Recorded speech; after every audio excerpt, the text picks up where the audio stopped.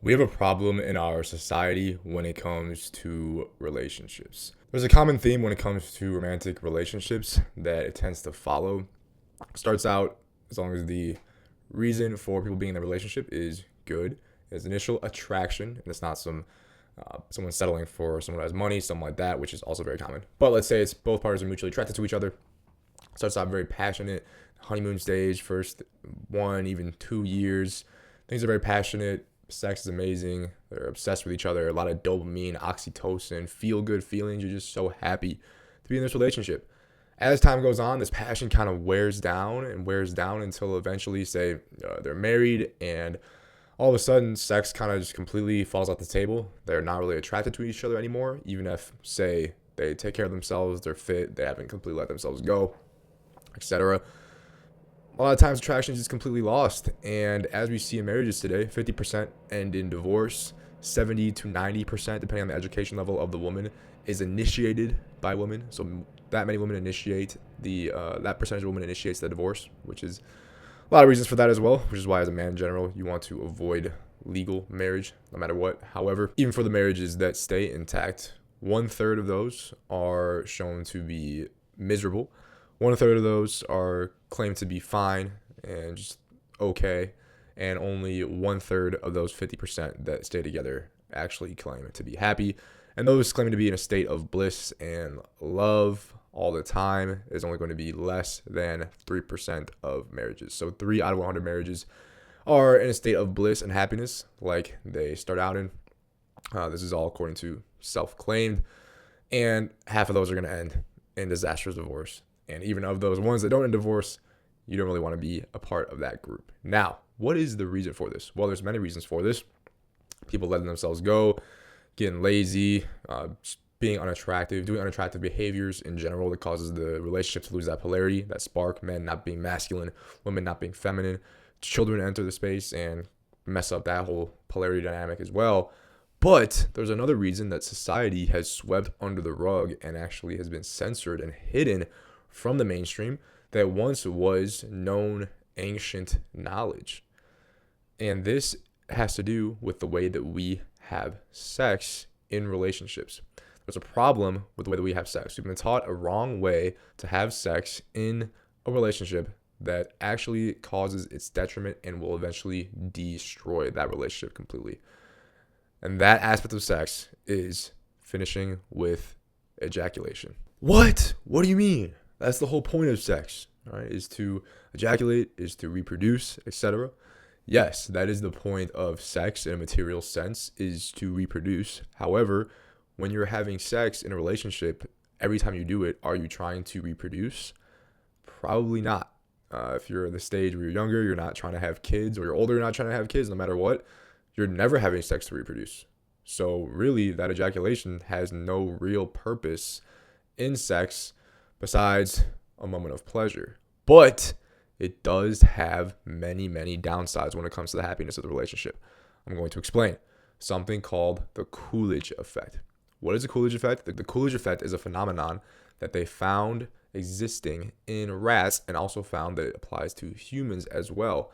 And all animals, really, all organisms. The reason it's called the Coolidge effect, I'll tell you the story about it, is that back in the day, President Coolidge and his lady, Mrs. Coolidge, were visiting a government farm. And on this farm, they were observing some of the chickens. And they found out that the rooster was having sex all the time. Like all day, basically, he was having sex, mating like crazy. And Mrs. Coolidge said, oh, yeah, tell that to Mr. Coolidge, that this rooster has insane stamina. He can go all day, etc. Mr. Coolidge, in response, says, is it with just one hen? And the farmer says, oh, no. It's with a different hen every single time. And then he says back, we'll tell that to Mrs. Coolidge. So researchers then coined this term, this phenomena, the Coolidge effect. And basically what this is that ejaculation causes a male to lose attraction to the female that he had sex with. However, it does not lower the attraction at all to other females that he has not just had sex with. So when they studied it with rats who have extremely similar brains to humans, that's why they use rats. The male rat would have sex with the female rat, and every time he would do it, he would wait a little bit longer before doing it again. So he would like, get a little bit more bored. Time would build up though, and then he'd do it again. Eventually, he would do it, and he'd wait a long time. Like he wouldn't really be interested in it for a while. However, if they brought in another female rat, immediately after he was done with the other female, with the new female, all of a sudden he had desire and wanted to have sex right away again. So this is the Coolidge effect. It's a phenomena that upon ejaculation, as a man, it causes you to lose attraction to whoever you just had sex with. Even if you guys have not had a relationship, you can experience this when you've been masturbating. Say you're watching something, and right after you could watch it for an hour, 2 hours, you could be binging for hours, and you're loving it, just in a trance, in a trance, obsessed with what you're seeing. All of a sudden, you ejaculate, and it's immediately repulsive. All right, so it goes from being everything, the sole thing you can focus on, to being completely repulsive in just from ejaculation. Just like that, your whole state changes completely. I know you guys experience that, even if you're in relationships, or if you're not in relationships. Even if you're just with a one night stand with a new girl, or you're hooking up with a girl, or friends with benefits, whatever. Immediately after you finish, you get that post nut clarity. And if it's a girl you don't really like that much, and it was just you were horny and had sex with her, you're like, what am I doing? All right, you have that post nut clarity. You no longer are into her. You're no longer attracted to her. So this effect shows us that males are wired for novelty and variety sexually. It's not just who is the most attractive female. Men want new females, and they want a variety of females. This is all just biological instincts. Doesn't mean we have to always act on it or act on it ever. This is just how we're wired. A lot of women, if women hear this, they're going to be all pissed. Oh, well, why do men do that? Because women are hypergamous, right? They're not polygamous. So when they are attracted to a guy, they typically just focus completely on that guy, and they kind of put blinders on for other guys. The problem with women is that that's only a tiny, tiny percentage of guys. So the average guy, she has zero attraction for. The average woman, the average guy definitely has attraction for. The thing is, he just also is attracted to all these other average girls, even if he's with that one average girl. So that's the difference between men and women. Don't get mad at me for speaking it. I'm just the messenger. If you don't like the way that we are designed, take it up with who designed it. Now, there's a lot of modern habits that also amplify this effect of novelty, and dopamine, and variety seeking as men. Mainly it's going to be through social media and pornography. These things are going to ramp it up because it just gives a totally unnatural stimulus and unnatural novelty seeking method. You could just scroll through Instagram and just see new girl after new girl after new girl, the hottest girl that you would ever see in your town before the internet. You can see a girl who's way hotter than her, and you can see countless of them over and over and over again. And then guess what? You can go to that website and watch them actually engaging in sex over and over and over again, and have 20 tabs open going between all of them. Just a new girl, this type of girl, whatever you want, over and over and over again. Unlimited novelty, unlimited variety that does not naturally exist, and therefore this effect is even more ramped up nowadays in the modern world. Now, what is the solution to this? It's semen retention.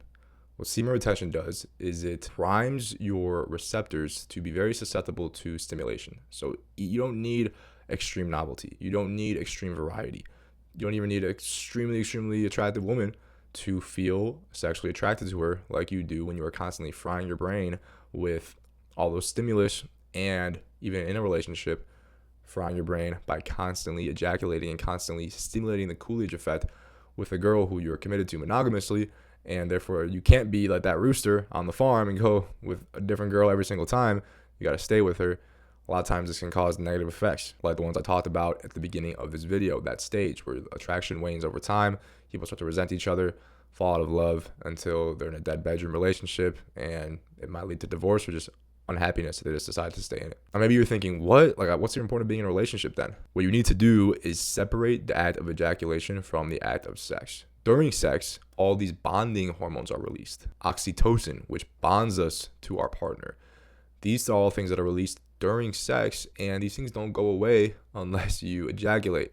Then that's what causes it, specifically for men. A lot of times for women, orgasms actually cause them to be more attached to the male. So the evolved method approved version of having sex is going to be to try to avoid the Coolidge effect completely. Have sex with your woman without ejaculating while trying to make her finish as many times as possible is going to make it so you stay attracted and bonded to her, because after you finish sex, those oxytocin chemicals are still going. They're not releasing. And her having as many orgasms as she can is going to bond her to you deeply. If you can't do that with a girl, like I couldn't naturally until I did the method, you got to do sexual mastery method. You got to do PE. You got to gain more size. This is the matter of fact. It is. If you can't hit her spots that she needs to orgasm, you shouldn't be in the relationship, to be honest, in my opinion. Or you should at least be working towards that. If you shouldn't just be content with that state as a man. In addition, when you have larger size, you can go slower, and it's still extremely pleasurable because you have more friction, especially when you have more girth. So you can go slower. It's way more enjoyable and connecting for both of you. You don't have to ram hard to give her any stimulation when you have an average dick, and therefore you can control your ejaculation much easier. There's also many other things you got to do. Rewire your pelvic floor, many other things in the sexual mastery method. Go to the 4-hour masterclass, as always, in the description below. Watch that video. Go to Pillar 3, Sexual Mastery Method, if you want to learn specifically about this. My personal experience with this is that with my girl, we have sex pretty often, usually every day. We usually never go more than one day without having sex. Sometimes it'll be multiple times in a day, so it averages out to every day.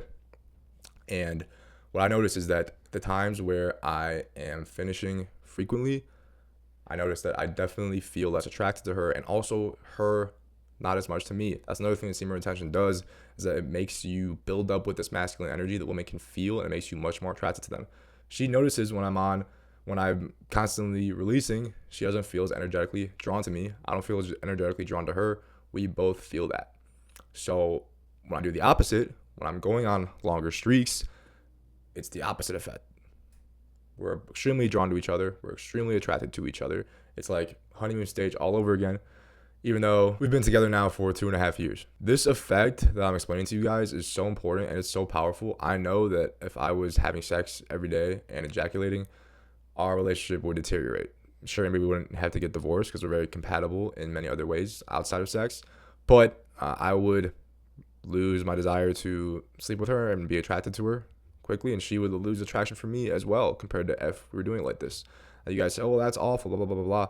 Guess what? I don't know any long-term monogamously married couple who I would say, yeah, like I want to have a relationship like that. Like in my own personal life, I don't really know any that I would trade places with besides people who do this practice.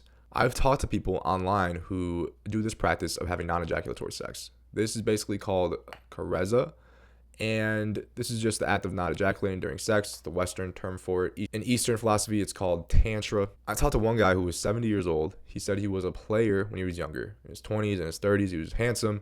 He was having sex with tons of young women, and he got married to his wife. They've been together for 30 years, and he said the best sex that he was having and best relationship that he ever had was when he was completely abstaining from ejaculation while having a lot of sex with his wife over the past 10 years. So it was in their 60s and 70s that was the best sex compared to all that sex he had when he was younger with young, hot women and his wife when they were in their youth.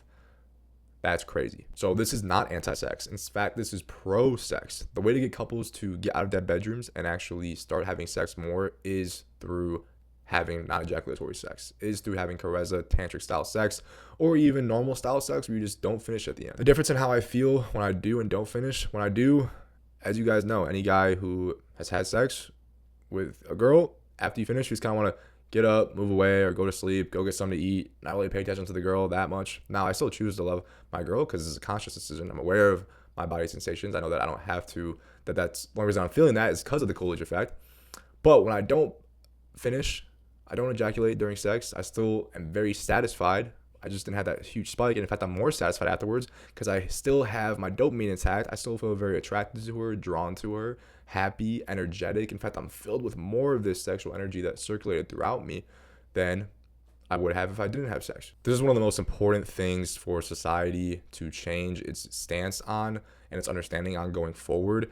If we're going to get to the point where we have mass harmonious relationships between men and women and overall happiness in society moving forward. Otherwise, I mean, even then, if people even know about this, I doubt most people are going to follow it. Only those who have the discipline to actually put long-term success over short-term pleasure. Unfortunately, most people, they are just wired to, no matter what, choose the short-term pleasure and avoid the short-term pain over anything else. But if you are a conscious human, if you're someone who wants to be the best version of yourself, which you probably are if you're watching this video and this channel, you must follow this practice. If you are a masculine man, if you're a man with high testosterone, a masculine man, you will not be happy long term in terms of relationship if you are having sex with your woman and you are very, very, very frequently ejaculating every single time without ever going on SR streaks. I promise you. You can look around, look at the stats. Less than 1, 2, 3% of marriages claim to be in bliss. Most get divorced. Of those that don't, they're unhappy or they're just fine because they're simply not having sex because they're no longer attracted to each other. So this is avoidable, guys. You got to take care of yourself. Do the method. As always, research more information. Look into the things that I'm talking about. If you want to go deeper into this specific topic, get the book Cupid's Poison Arrow by Marnia Robinson. Great book. Goes over this entire topic. Talks about the modern science behind it. How all ancient religions also talk about this. Again, guys, this is an ancient fact that was already found and established. It's been purposely sabotaged nowadays and instead replaced by porn, which tells you that you need to finish every single time, even when you're not trying to have a baby. In general, guys, it's just not worth it. As someone who sometimes I do obviously finish from time to time, just can't help it sometimes. But as long as it's not so frequently, it's not really going to have that negative of an effect on the relationship. Less is better, as always, and it's only ever really, really worth it if you're doing so to make a baby. Otherwise, relationships can be better if you don't do it. So let me know what you guys think. If you've ever heard of this before. If not, put any questions down in the comments below. As always, thank you for watching. Subscribe for truth. Peace.